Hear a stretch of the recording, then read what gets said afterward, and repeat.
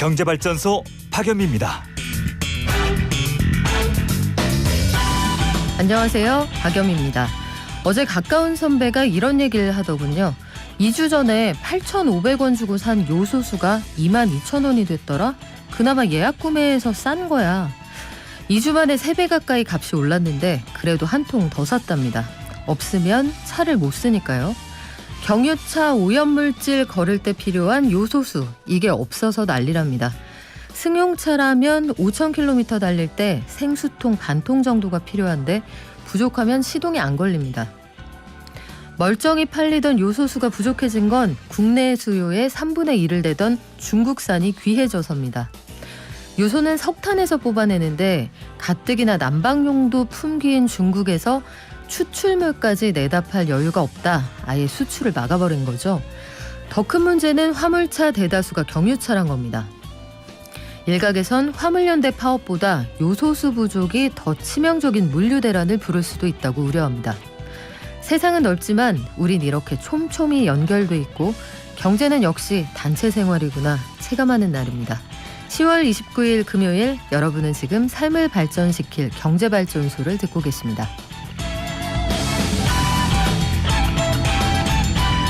앞으로 월정액 받는 구독경제 사업자들, 무료에서 유료로 전환할 때 은근슬쩍 안 됩니다. 7일 전에 고객에게 알려야 하고요. 무독성, 친환경, 이런 살균제에서 사용할 수 없는 단어들이 온통 난무하는 상황인데 이런 것들 지적하는 목소리가 있네요. 그리고 벌써 10월 말입니다. 다음 주면 11월이네요. 김장철 앞두고 정부에서 김장 대책반을 가동한다고 합니다. 워낙 작황이 좋지 않아서 값이 좀 오를 것 같은데요. 농축산물 할인 쿠폰 이용하면 20% 저렴하게 살 수 있다고 하네요. 그리고 최근에 굉장히 논란이 된 이슈입니다. 근로자의 노동 환경 개선과 관련해서 이재명 민주당 후보가 대선 공약으로 언급하기도 했죠. 주 4일제. 시대전환의 조정훈 의원의 아이디어는 어떨까요? 한번 들어보겠습니다. 오늘 주식시황, 간밤 뉴욕 증시, 그리고 오늘 우리장 전망해보고요. 불타는 금요일의 경제, 중앙대 회계학과 양대천 교수와 함께 주식 투자하는 사람들이 반드시 알아야 하는 재무제표 보는 법 알려드릴게요. 방송 중에 샵 0951로 문자 주시면 추첨해서 녹용선물 세트 드립니다. 짧은 문자 50원, 긴 문자는 100원입니다. 깨어있는 경제발전소. 매일 아침 9시 경제를 이해하는 똑똑한 습관. 경제발전소 박연미입니다. 매일 아침 쏟아지는 경제뉴스 10분만 투자하면 충분히 따라잡을 수 있습니다. 한국경제신문 임현우 기자가 정리했습니다. 안녕하세요. 네, 안녕하세요. 네, 음악이나 영화 한동안 무료로 사용하게 해주다가 유료로 전환할 때 소비자에게 일주일 전에 알려줘야 한다고요? 네, 금융위원회가 구독경제 관련한 소비자보호 방안을 담은 여신 전문금융업 감독규정 개정안을 마련해서 의결을 했습니다. 다음 달 18일부터 시행할 예정인데요. 최근에 유튜브나 넷플릭스처럼 정기적인 결제 방식으로 서비스를 이용하는 구독경제가 확산하는 추세죠. 하지만 말씀대로 가입은 쉬운데 해지는 좀 어렵고 요금이 계속 빠져나가는 일이 많아서 불만이 많았었습니다. 무료 이벤트에 가입했다가 앱을 잘 들어가지도 않았는데 알려주지 않고 유료로 전환되는 사례가 대표적이라고 할 수 있는데요. 이 해지 절차를 복잡하게 하거나 환불을 포인트로만 해주는 이런 경우도 있었습니다. 앞으로 구독경제 사업자들은 신용카드나 체크카드를 이용해서 정기 결제를 이용하는 회원들에게 유료로 전환하기 7일 전까지 문자나 메신저로 알려줘야 합니다. 또 카드 말고 계좌이체 방식으로 이용을 하더라도요. 동일한 소비자 보호 기준이 적용될 예정입니다. 그리고 좀 불편했던 게 하루만 써도 한 달치 다 내라 이런 데가 많았잖아요. 요것도 좀 바뀝니까? 네, 맞습니다. 이번 개정안에는 구독경제 사업자가 공정한 환불 기준을 만들도록 하는 내용도 담겼습니다. 이 사용 일수나 회차 또 사용 여부를 고려해서 새롭게 환불 기준을 마련하라는 겁니다. 이 구독경제 서비스들이 사실 해지나 환불에 약간 불친절한 면이 있습니다. 특히 해외 업체들이 그런 편인데요. 이 한국소비자원이 구글이나 애플 앱스토어에서 정기 결제 방식으로 콘텐츠 구독을 제공하는 25개 앱을 조사한 적이 있는데 이 18곳이 청약 철회를 사실상 제한하는 것으로 나타났습니다. 또 중간에 해지하면 한 달 지요금 중에 이 잔여 기간을 나눠서 환불해주는 앱은 4개에 불과했고요. 한글 약관이 아예 없는 곳도 있었습니다. 이번에 소비자 보호 규정이 좀 마련되긴 했습니다만 이 무료에만 혹해서 가입하지 마시고 좀 과금 규정을 꼼꼼히 보시는 게 좋을 것 같습니다. 네, 이번에는 살균제 얘기 좀 해볼까요? 시중에서 판매되는 살균제들 흔히 싸서 쓰게 되는데 포장지에 뭐 무독성 이런 표현들 많잖아요. 요게 좀 오해를 불러일으킬 수 있다 이런 지적이 있어요. 네, 한국소비자원에서 이 온라인 쇼핑몰에 판매 중인 살균제 350개 제품을 조사했는데요. 34.3%, 그러니까 3개 중에 1개꼴로 관련법에서 사용을 금지한 문구를 사용한 것으로 나타났습니다. 이 무해성, 환경, 자연 친화적, 무독성 이런 게 대표적 사례라고 할 수 있겠습니다. 이 조사 대상의 84%는 법에서 금지를 한 건 아니지만 그것과 유사한 표현을 쓰는 것으로 조사됐습니다. 안전하다, 안심할 수 있다 이런 표현인데요. 이 350개 중에 295개였다고 하니까 거의 모든 제품에 해당한다고 볼 수 있겠습니다. 우리가 코로나19 이후에 그 매대에 깔려있는 살균제에 보통 다 들어가는 표현인데 쓰면 안 되는 말이군요. 네, 이 화학제품 안전법을 보면은요, 살균제 표시 광고에 사람이나 동물의 건강과 환경에 부정적인 영향이 없거나 적다, 이렇게 오해할 수 있는 표현들을 사용할 수 없도록 규정하고 있습니다. 이 소비자원이 살균제 구매 경험이 있는 소비자들을 대상으로 설문조사한 결과가 있는데요. 소비자들은 살균제에 대해서 51%가 유해하다는 인식을 갖고 있었습니다. 그런데 이런 오인성 표현을 사용한 제품에 대해서는 유해하지 않다는 답변이 유해할 것 같다는 답변보다 많아졌습니다. 이 경각심을 좀 떨어뜨리고 구매 결정에도 많은 영향을 끼친다는 얘기가 되는데요. 이 소비자원은 환경부에 오인성 표현 사용을 금지하는 가이드라인을 마련하고 또 살균제 표시 광고에 대한 관리 감독도 강화해달라고 요청하기로 했습니다. 네, 우리가 살처분할 때 살자가 들어가는 거잖아요. 그런데 무독성이고 완전히 친환경적일 수가 없죠, 논리적으로. 자, 곧 김장철인데 김장철을 앞두고 정부가 김장 대책반을 가동한다. 추억의 단어 같은데 왜 등장하는 거죠? 네, 올해 김장 재료 가격이 약간 좀 작년보다 비싸질 수 있을 것 같습니다. 특히 배추나 깐마늘 가격이 작년보다 좀 오를 것 같고요. 대신에 무나 건고추는 약간 싸질 것 같습니다. 이 농림축산식품부 전망을 보면 올해 김장철 배추 생산량이 예년보다 8% 줄어들 것으로 예상됐습니다. 이 작년에 가격이 안 좋았기 때문에 올해 재배 면적이 줄었고요. 또 최근에 강원이나 충청권에서 무름병이 발생했던 영향입니다. 그래서 11월과 12월의 도매 가격이 배추 한 포기에 2,300에서 2,500원 수준으로 작년보다 약간 오를 것으로 전망됐습니다. 다만 최대 주산지인 전남을 비롯해서 다른 지역들은 생산이 괜찮은 편이어서 수급에 큰 문제는 없을 것으로 예상이 됐습니다. 깐마늘도 생산량이 줄어든 영향으로 평년보다 20% 정도 오른 킬로그램당 7,800원으로 가격이 예상됐습니다. 반면 무나 건고추는 생산량이 많이 늘었는데요. 가을무는 개당 900원에서 1250원, 또 건고추는 600g당 1,500원 안팎의 형성이 될 것으로 전망됐습니다. 이 정부는 관계기관 합동으로 다음 달 1일부터 12월 20일까지 김장채소 수급 안정 대책반을 가동하는데요. 김장채소의 수급 상황을 매일 점검할 계획입니다. 또 배추 시장 출하량을 평시보다 1.37배 늘리고 다른 재료들도 수급이 불안해지면 비축 물량을 풀겠다는 계획입니다. 네, 좀 싸게 살 수 있는 팁은 없나요?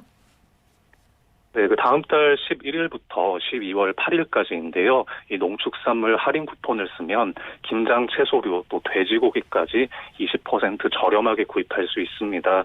이 정부가 김장 비용 부담을 줄이기 위해서 현재 운영 중인 농축산물 할인 쿠폰의 할인율을 김장철에 상향 조정하기로 했습니다. 원래 할인 한도는 5만 원 구매할 때 최대 1만 원까지 할인이었는데요. 이 기간에는 10만 원 구매 시 최대 2만 원 할인 이렇게 확대가 됩니다. 홈플러스나 롯데마트, 이마트 같은 대형마트에 가시면 할인 쿠폰을 쓸 수 있고요. 전통시장에서도 쓸 수 있는데 여기서는 할인 폭이 최대 30%로 더 커집니다. 또 농협 하나로마트에서는 김장 채소를 시중 가격보다 최대 40% 할인 판매할 계획입니다.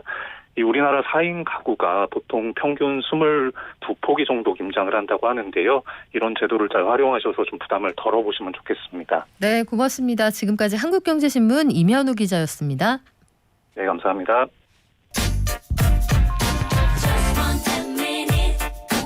지금 여러분께서는 경제발전소를 듣고 계십니다.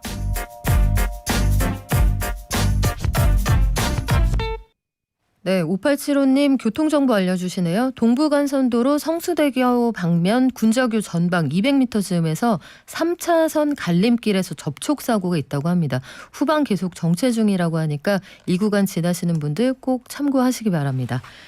자, 오늘은 사업장 규모나 직종에 따라서는 좀 다르겠지만 주 5일 근무제가 이제 확산해서 자리 잡은 지 꽤 되어 가는데 주 5일제는 당연하지만 주 4일제 그게 되겠어? 지금 그런 얘기 속에서 대선 캠페인 와중에도 이런 얘기가 수면 위로 흘러나오고 있습니다. 이재명 후보도 대선 공약으로 주 4일제 도입 이거 검토할 수 있다 얘기를 하고 있는데 임금이 삭감될 수도 있다.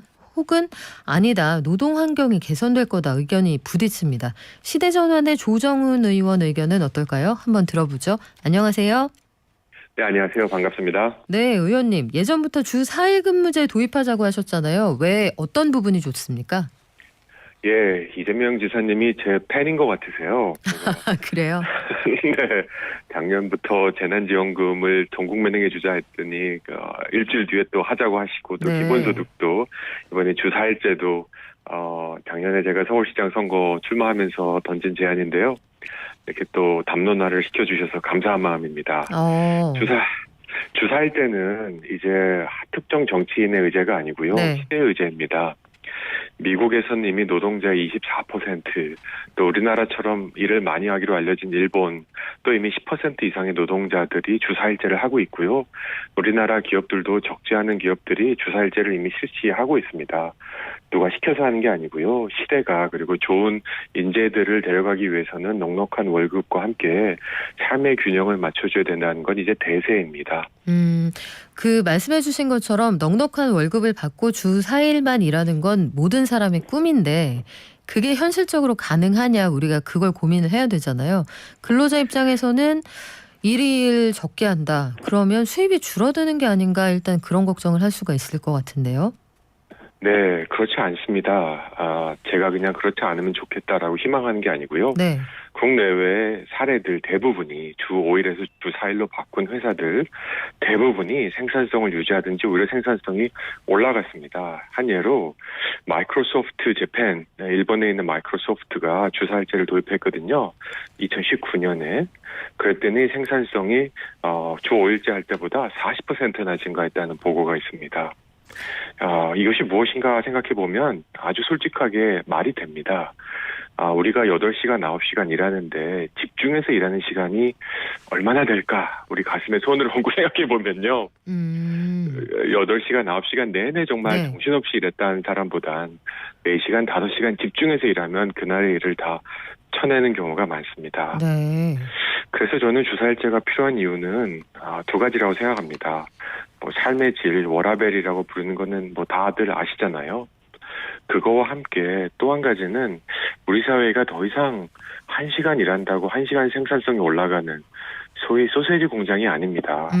이제는 창의력과 상상력을 발휘해야 되는 사회가 되지 않습니까? 그런데 8시간, 9시간, 10시간 일해서 파김치가 돼서 집에 돌아오면 바로 골아떨어지는 그런 초장기 노동사회에서는 생산성을 올릴 수 있는 창의력을 가질 수가 없습니다.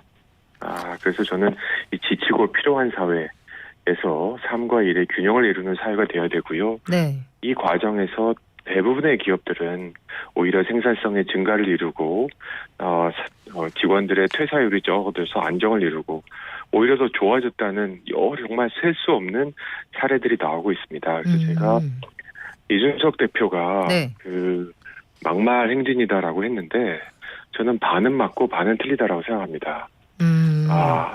맞는 얘기는 뭐냐면 네. 시기상조라는 말은 막말이 맞습니다. 왜냐하면 이제 시대의 의제이기 때문에.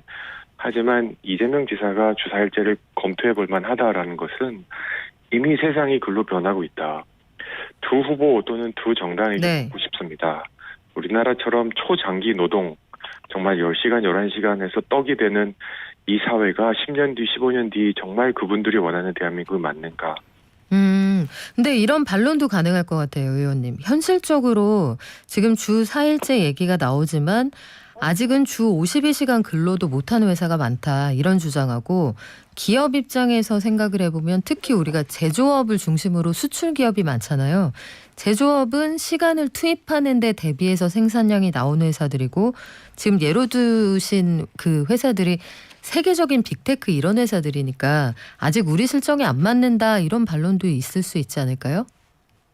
두 가지입니다. 주사일제를 하는 기업은 꼭 빅테크 기업뿐만 아니라 생산, 그 제조 기업들도 굉장히 많습니다.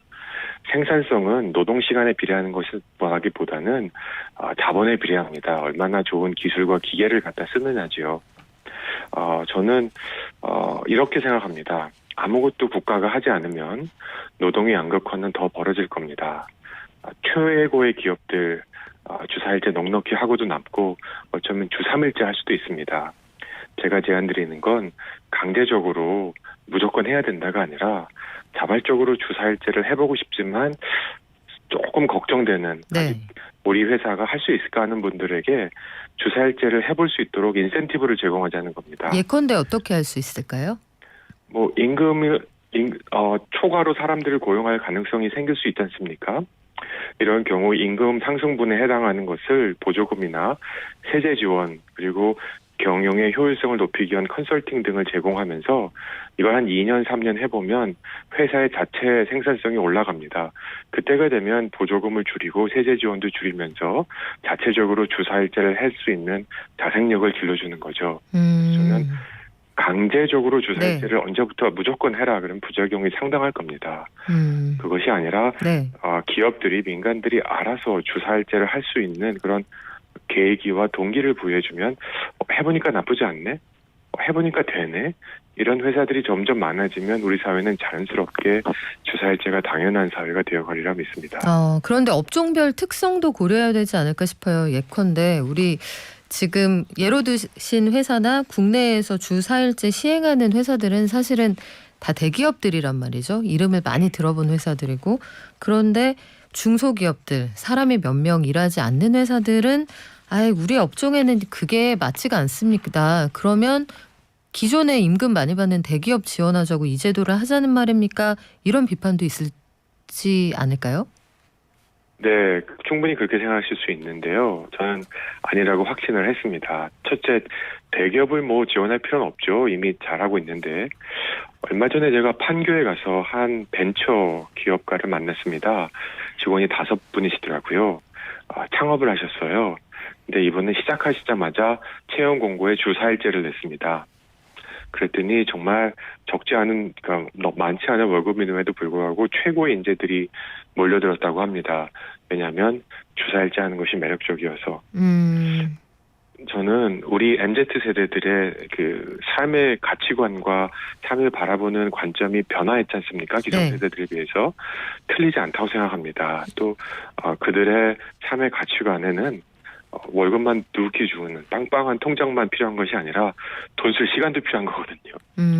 그래서 저는 세계 많은 나라들 하다 오죽하면 일본에서도 저희 같은 신생 정당이 아닌 자민당에서조차도 내년부터 주4일제를 적극 도입하겠다고 결의를 하겠습니까? 이렇게 주 4일제 초장기 노동에서 삶의 균형을 이루어 나가는 것은 시대의 화두고요. 어떻게 이걸 만들어갈 것인가? 정말 정부 공무원부터 시작할 것인가? 우리가 주 6일에서 주 5일제 하듯이 아니면 제가 제안하는 것처럼 정부는 이번엔 좀 2번 타자로 1번 타자는 중소중견기업부터 정말 삶의 질을 올려나가는 인센티브를 제공할 것인가 이런 구체적인 정책 논의를 해야지 주4일제 자체가 시기상조다라는 건 세상이 어떻게 돌아가는지 모르고 하는 얘기라고 생각합니다. 그래요. 그 한 번쯤 우리 사회가 고민해 볼 만한 시대적 의제로 한번 논의해 보면 좋겠네요. 여기까지 듣겠습니다. 지금까지 시대전환의 조정훈 의원과 함께했습니다. 고맙습니다. 네, 감사합니다. 네, 요즘 가을 날씨 참 좋죠. 그 여행 가시고 싶은 마음이 굴뚝 같겠지만 잠깐 내려놓는 것도 우리가 일상 회복으로 가는 지혜가 아닐까 싶습니다. 어제도 그렇고 오늘도 그렇고 아마 확진자 수가 2,000명 살짝 넘을 수 있다 이런 전망이 나오는데요. 전국의 주요 국립공원, 주요 관광지에 임시 선별검사소 운영 중이거든요. 야외 활동 후에 다들 이용해 주시면 좋겠습니다. 경제를 아는 가장 최고의 지름길. 첫 번째, 매주 평일 오전 9시부터 1시간 TBS 라디오 FM 95.1MHz와 TBS 앱을 엽니다. 두 번째, 유튜브와 팟빵을 통해 언제든 경제발전소를 만날 수 있습니다. 경제를 이해하는 똑똑한 습관. 경제발전소 박연미입니다.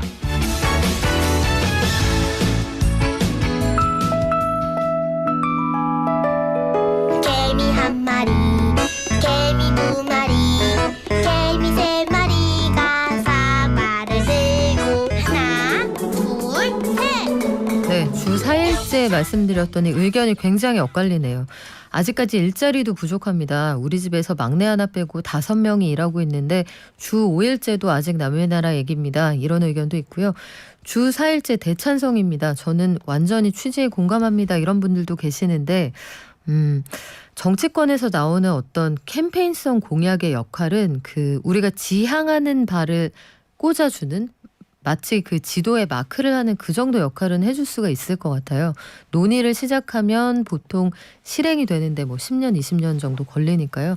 논의는 해보되 현장의 현실도 충실히 반영하는 그런 정책이 필요하겠죠. 자, 오늘의 우리 주식 시황은 어떨까요? 키움증권의 한지영 연구원 연결돼 있습니다. 안녕하세요. 네, 안녕하세요. 네, 간밤 뉴욕 증시부터 정리 부탁드립니다. 네, 미국 증시를 보고 있으면 정말 부럽다라는 생각이 드는데요. 어제도 또 올랐습니다. 그리고 나스닥도 사상 최고치를 경신을 했습니다. 그래서 왜 이렇게 올랐냐를 좀 분석을 해보면은 일단 3분기 경제 성장률이 예상보다 부진하게 나왔지만 그래도 이러한 것들은 상당 부분 시장에서 좀 소화했다는 인식 속에 시장 친화적이었던 22회의 결과 그리고 포드와 캐터필러 등 주요 기업들의 실적 호조 소식이 이러한 3분기 성장률 충격을 상쇄시키면서 미국 증시가 강세를 연출을 했습니다. 그렇군요.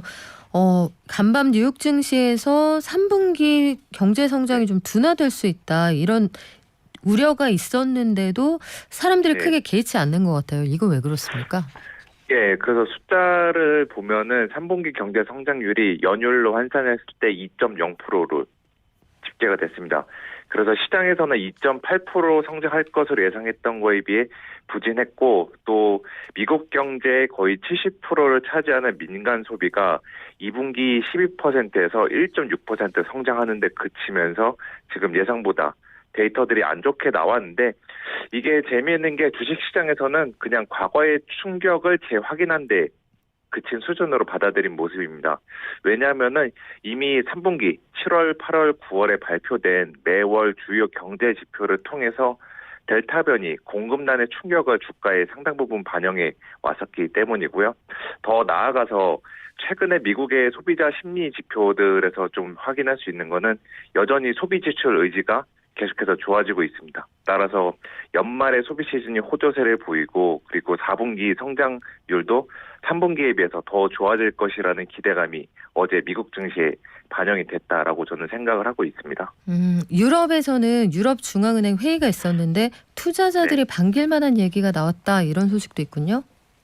예, 우선적으로 ECB 총재가 얘기하기를 현재 높은 인플레이션 그러니까 고물가 현상이 내년까지 이어질 것이라면서 파월 의장과 비슷하게 물가 전망에 대한 스탠스를 바꿨습니다. 그래서 예전 같았으면은 이렇게 22 총재도 역시 태세 전환했다.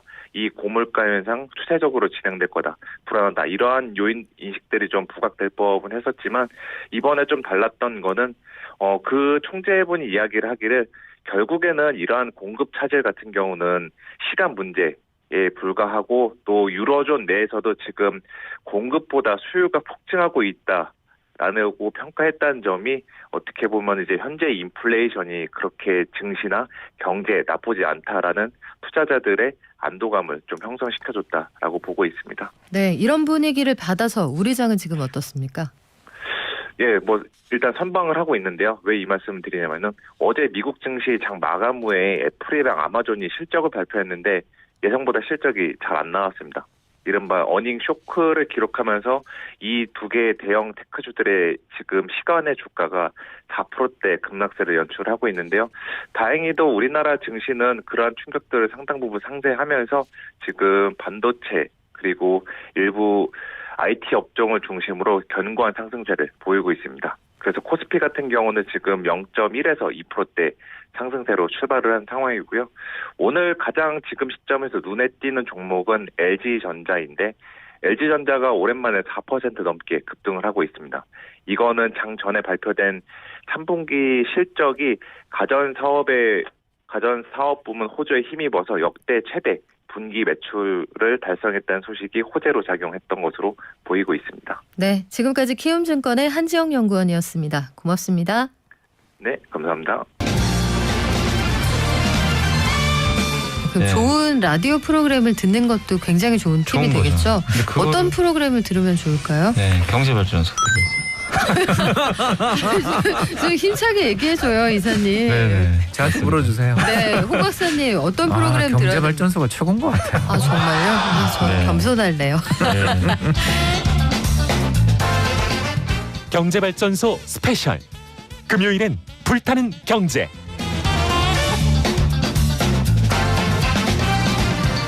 네, 주식하시는 분들 참 많으시죠.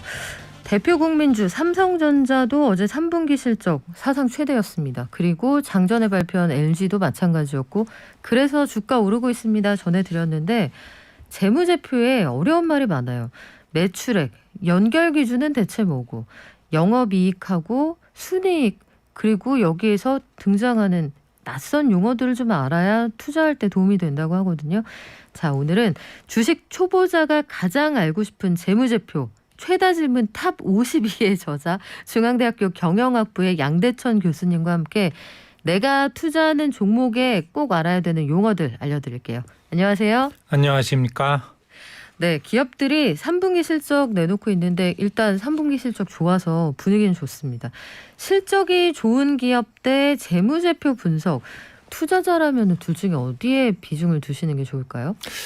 보통 이제 실적하면은 이제 시장에서 관심 갖는 거는 잠정 실적이라고 해가지고 네.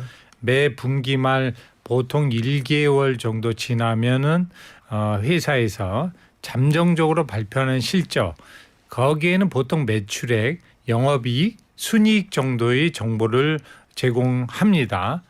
이러한 실적을 발표할 때 우리는 이거 실적이라고 하는데 그거는 사실은 좀 화장이 가능한 내용이고요. 화장. 예. 소위 윈도우 드레싱이라고 예. 하는 그거 말씀하시는 거죠. 예. 네. 그래서 이것을 액면 실적으로만 받아들이면은 투자에 실패할 위험이 매우 큽니다. 그게 다가 아닐 수가 있단 말씀이죠. 예. 그래서 주식 투자자들은 항상 뭐 재무제표 분석에서 거창하게 얘기할 거 없이 재무제표 항목 중에 콕 집어서 그 잠정 실적에서 무엇이 꼭 봐야 되는 몇 가지 항목을 꼭 봐야 할 것입니다. 그걸 알아야 되는 그 몇 가지가 뭔지 일단 그거부터 공부를 해볼 텐데 예. 주식하시는 분들 재무제표 중요하다는 얘기 들어도 이 말 자체가 어렵습니다. 재무의 제표라는 거는 재무 관련해서 모든 표다 이렇게 이해하면 그렇죠. 될까요? 여러 가지 표를 말하는 거죠. 그 여러 가지 표에는 사실은 그 이러한 그 재무제표 용어만 나와도 대부분의 사람들은 도망가죠. 그 재무제표에는 뭐 손익계산서, 네. 재무상태표, 현금흐름표, 뭐 자본변동표 등등의 개념이 있습니다. 이런 것들을 포함해서 재무제표라고 하고요. 대부분 실적 그러면은 손익계산서 상에 나와 있는 그 내용을 가지고 말하게 되죠. 일단 교수님 우리가 그 기업 실적 얘기할 때요. 이제 연말 되면은 또 실적이 어떻다, 회계연도가 어떻게 끝나서 장사 잘했다, 못했다 얘기 나올 텐데 되게 자주 등장하는 말이 연결 기준이라는 말이에요. 연결 기준이라는 게 대체 무슨 뜻입니까? 그러니까 연결 기준이라는 건 소위 우리가 이제 그룹을 얘기하는 건데요. 그룹 기업의 어떤 집단. 네. 예를 들어 삼성전자와 그 밖에 삼성 계열사들 뭐 삼성증권도 있을 거고 삼성 SDI 뭐 등등의 기업들이 있을 텐데요. 그 소위 그 제일 어머니 회사가 되는 모회사, 네. 지배회사라고 하고요. 나머지 자회사들 그 자회사들과 지배회사들 다 포함해서 아주 쉽게 말하면 손익계산서 재무상태표를 그냥 합산해서 보고하는 형태가 됩니다. 전부 다 합친 거다 이렇게 이해하면 됩니까? 예. 아주 쉽게는요. 연결 기준이 진짜 말 그대로 연결이네요. 예. 자, 그러면 이 연결 기준까지 알고 갔고요. 주식 투자할 때 이거 중요하다는 건 알겠는데 어려워요. 재무제표 살피는 요령부터 하나 알려주세요라는 말씀들이 있어요. 이것도 요령이 있습니까? 보통 이제 재무제표를 본다고 하면 회계 공부부터 심각하게 해야 될 것을 고려합니다. 우리가 이제 학창 시절에 수학만큼 어려운 과목이 없죠. 없죠. 예. 그리고 숫자가 일단 3자리 이상 넘어가면 그때부터 이거 약간 머리 아픈데 이런 생각이 시작이 그렇죠. 되거든요. 두통이 심각하게 전개되는데 네. 이 재무제표라는 것은 여러 사람들이 볼 수 있도록 기업들이 그 내용을 충실하게 알려주는 내용입니다. 그러면 주식 투자자는 회계 공부와 재무제표 공부를 맞춰야지만 볼 수 있느냐? 그게 아닌 거죠. 그러니까 주식 투자자는 주식 투자에 필요한 재무제표 항목을 콕 집어서 보면 그만이다. 네, 예. 이제 그럼 콕 집어주세요, 교수님. 어떤 예. 거부터 공부할까요? 먼저 이제 재무제표의 아주 기본인 양대 산맥에 대해서 아주 간단히만 네. 말씀드리겠습니다. 손익계산서와 재무상태표가 있는데 손익계산서라는 것은 우리가 이제 우리가 자영업을 생각해 보면 카페를 운영한다고 생각하면 간단하게 이해할 수 있는데 매일 커피를 팔아서 들어오는 수입과 지출을 빼면 남는 금액이 있죠. 네. 그거를 뭐 1년마다 합산하면 그게 손익계산서다. 다만 다른 점은 보통 이렇게 자영업 같이 좀 기업의 어떤 내용이 제한적인 경우에는 현금 수입, 현금 지출을 뺀 그 금액으로 이익을 보면 되지만 기업은 상당히 복잡한 사건과 거래가 있기 그렇죠. 때문에 기업 회계 기준이라는 엄격한 기준에 따라 처리하기로 되어 있어서 그러다 보니까 약간의 차이가 있다. 현금과는. 네. 기업이 임의적으로 처리할 수 있는 회사 정책과 판단에 따라 처리할 여지가 많다. 이 정도만 보시면 되고요. 쉽게는 내가 카페를 운영할 때 현금이 들어오고 나가는 걸 뺀 그 이익을 보면 된다. 손익계산서는 그렇게 보시고 네. 재무상태표는 간단합니다. 제가 창업을 해서 자영업을 운영하면서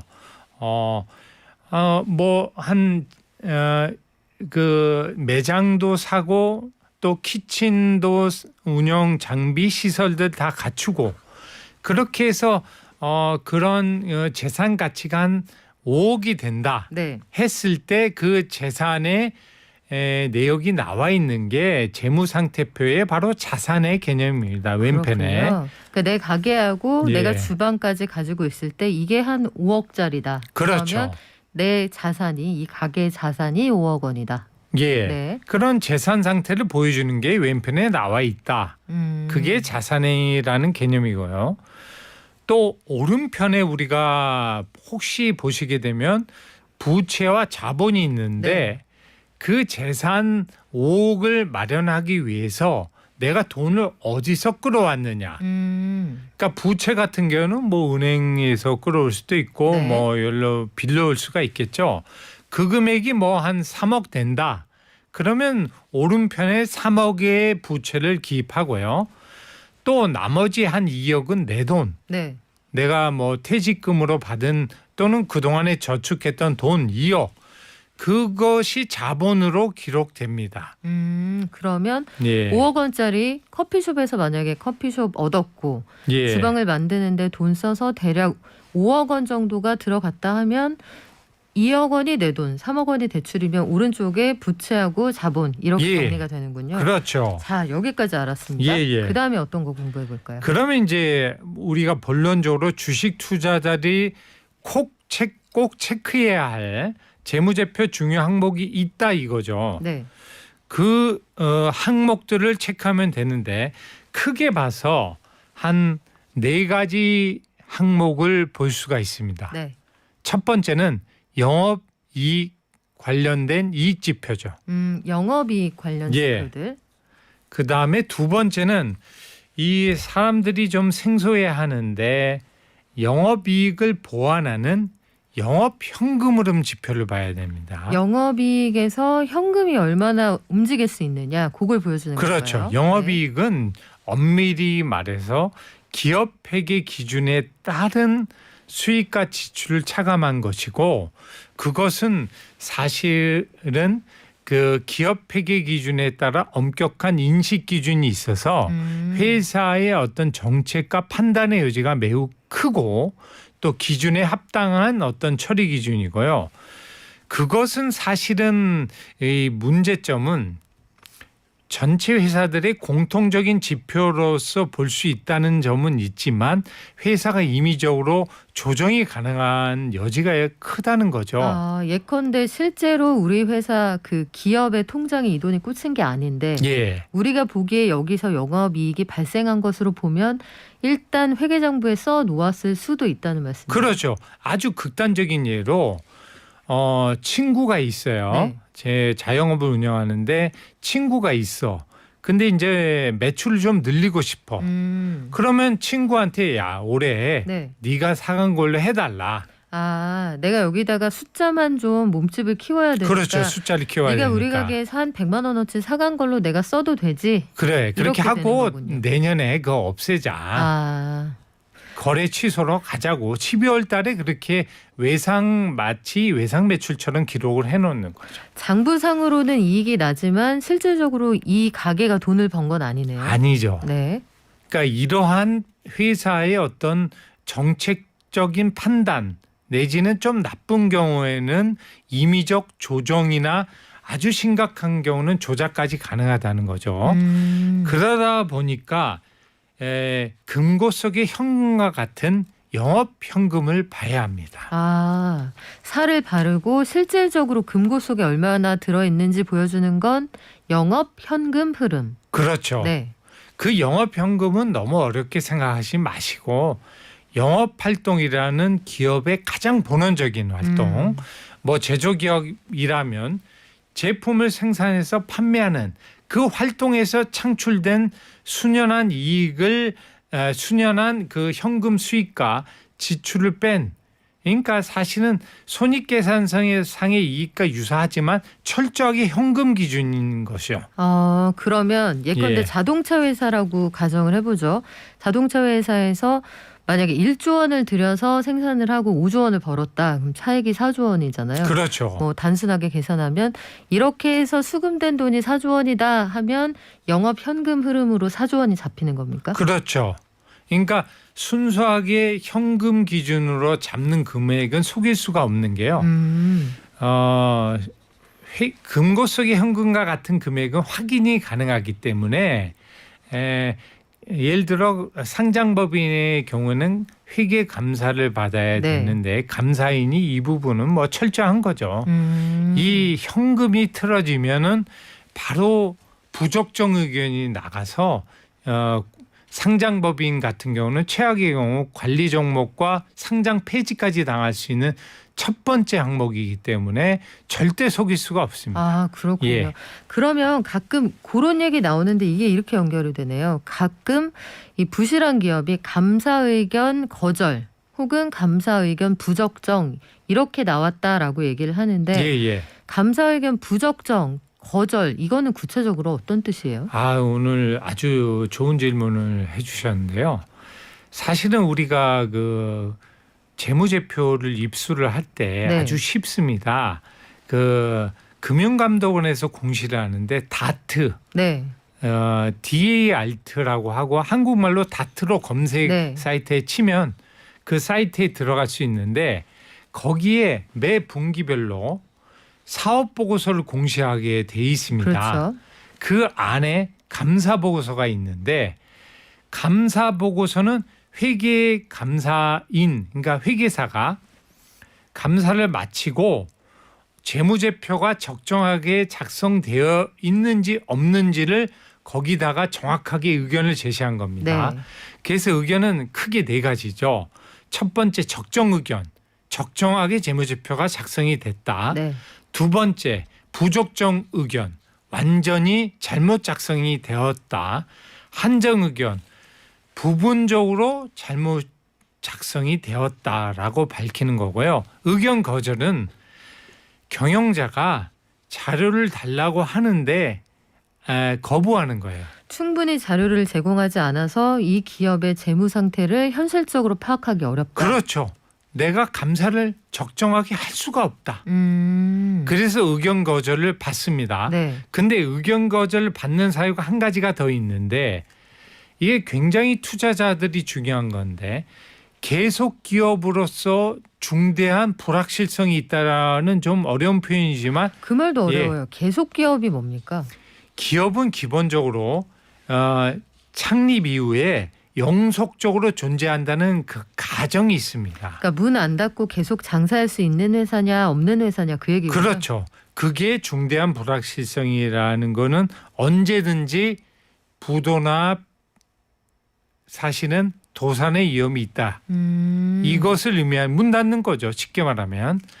이러한 위험이 굉장히 큰데 그거 여러분들이 개인 투자자들은 꼭 아셔야 될 게 2020년 말 기준으로 상장 기업이요. 코스피 코스닥 합해서 2020년 말 기준으로 2,340개 기업 중에 15.6%가 네.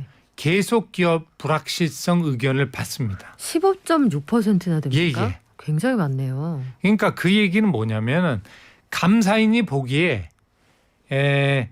그 계속 기업의 불확실성 어디에 기재되냐면 아까 말씀드렸던 의견 거절할 때도 줄 수도 있고 특별히 감사인이 감사 보고서의 강조 사항에 네. 계속 기업으로서 중대한 불확실성이 있습니다라는 투자자에게 조언을 주는 사항이거든요. 근데 대부분이 읽지 않죠.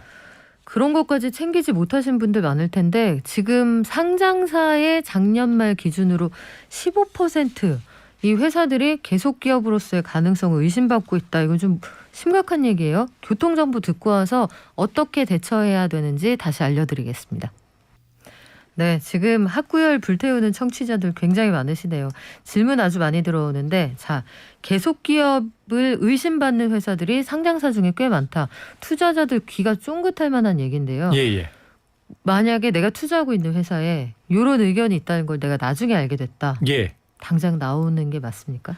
사실은 좋은 질문을 해주셨는데요. 분기 말 발표 이후에 한 달 이후에 이제 잠정 실적이 네. 발표되고 그 이후에 이제 45일 정도 지나면은 그 재무제표와 감사 보고서가 다 나오게 되는데요. 네.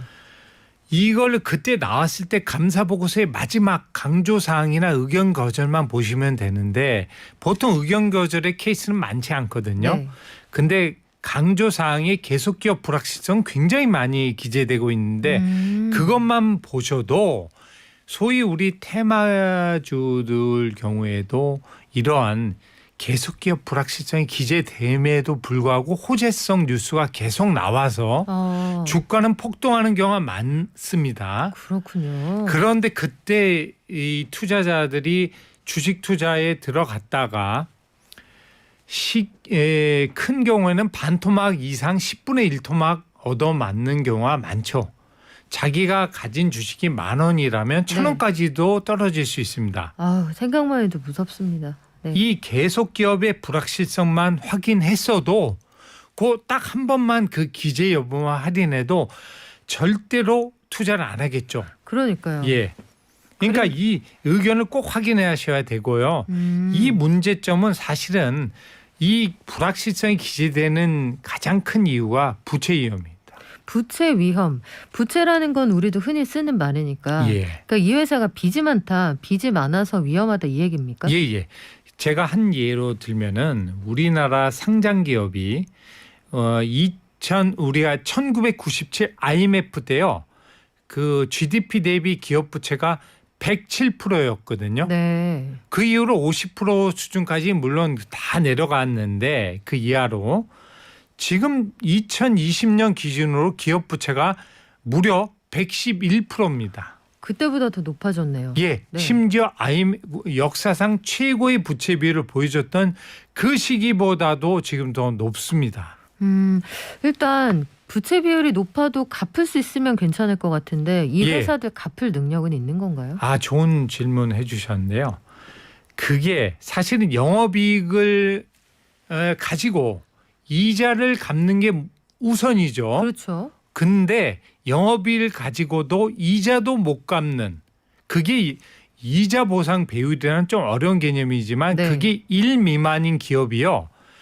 2020년 기준으로 50%에 육박하고 있습니다. 전체 기업 중에요? 예, 상장 기업 2,364개 기업 중에요. 야, 그러면은 그 50%의 기업은 돈 벌어서 빚에 대한 이자도 못 갚는다. 이게 이른바 좀비 기업 아닌가요? 좀비 기업이죠. 그러니까 우리가 지금 기업들의 실적이 굉장히 지금 좋은 상황처럼 보이지만 그것은 시총 상위 우량 기업들이 대부분 이익을 올리고 있기 때문에 이런 현상이 나오고 있는 거죠. 그래요. 그러면 우리가 그것만 확인할 수 있어도 투자에서 아주 극단적으로 손해를 보는 그런 상황은 피해갈 수가 있을 것 같은데. 예, 맞습니다. 이런 고민도 있어요. 그 여러 가지 지표가 기업의 실상을 정확하게 반영하지 못한다면 만약에 아까 말씀해 주신 여러 항목이 좀 부정확하거나 의도적으로 잘못 기재돼 있다면 이럴 때는 어떻게 대처를 해야 됩니까? 그거는 사실은 재무제표가 적정히 기재됐느냐 안 됐느냐는 감사인이 그러니까 공인회계사가 판단해야 될 문제고요. 다만 투자자들은 이 재무제표의 아주 중요한 항목 그리고 감사보고서 방금 말씀드린 항목 중에 가장 손실을 피하기 전에 우선적으로 봐야 될 항목부터만 보셔도 상당한 투자 손실을 피해갈 수 있습니다. 지금 간략하게 다시 언급드리면 감사보고서상 계속 강조사항에서 계속 기업 불확실성이 기재되고 있는가 그리고 영업이익과 이자를 비교해가지고 영업이익으로 최소한 이자를 갖고 있는가 이 정도만 보셔도 커다란 투자 위험을 막을 수 있습니다. 그리고 한 가지만 더 말씀드리면요. 아까 다트 그 공시 사이트를 말씀드렸는데 스마트폰에요. 한국말로 다트 치시면 다운받을 수 있어요. 네. 거기에 주요 사항 공시, 발행 공시들이 보입니다. 여러분들이 투자하고 있는 기업의 종목을 입력만 하고 발행 공시나 주요 사항 공시를 보면요. 뭐가 있냐면 지금 사채 발행. 사채. 예. 회사채도 뭐 포함해서 사채를 발행한다는 건 외부에서 돈을 꺼온다는 얘기죠. 돈을 꺼온다는 거죠.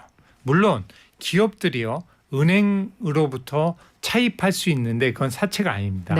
그건 부채 중에 하나인데 차입금이 있지만 그 사채를 발행하게 되는 것은 은행 차입금을 하려면은 담보가 있어야 됩니다. 근데 담보가 이제 고갈되면 당연히 회사채를 발행하죠. 그러면 거기 보시면 정례적으로 사채를 발행한다. 그러니까 사채 발행할 때 그 목적이 딱 나오거든요. 네. 뭐냐면 뭐 신사업 투자, 뭐 영업 확대 이런 게 있을 수 있는데 운영 자금 목적들이 있어요. 어렵다는 얘기네요, 회사가. 예. 그러니까 뭐 예를 들어 극단적인 경우에는 종업원 인건비를 지급 못하는 경우죠. 그럴 경우에 사채를 발행한다. 이게 바로 좀비 기업의 대표적인 이자를 갚고 네. 단기 부채를 갚고 또 종업원 인건비 같은 운영 자금에 쓴다.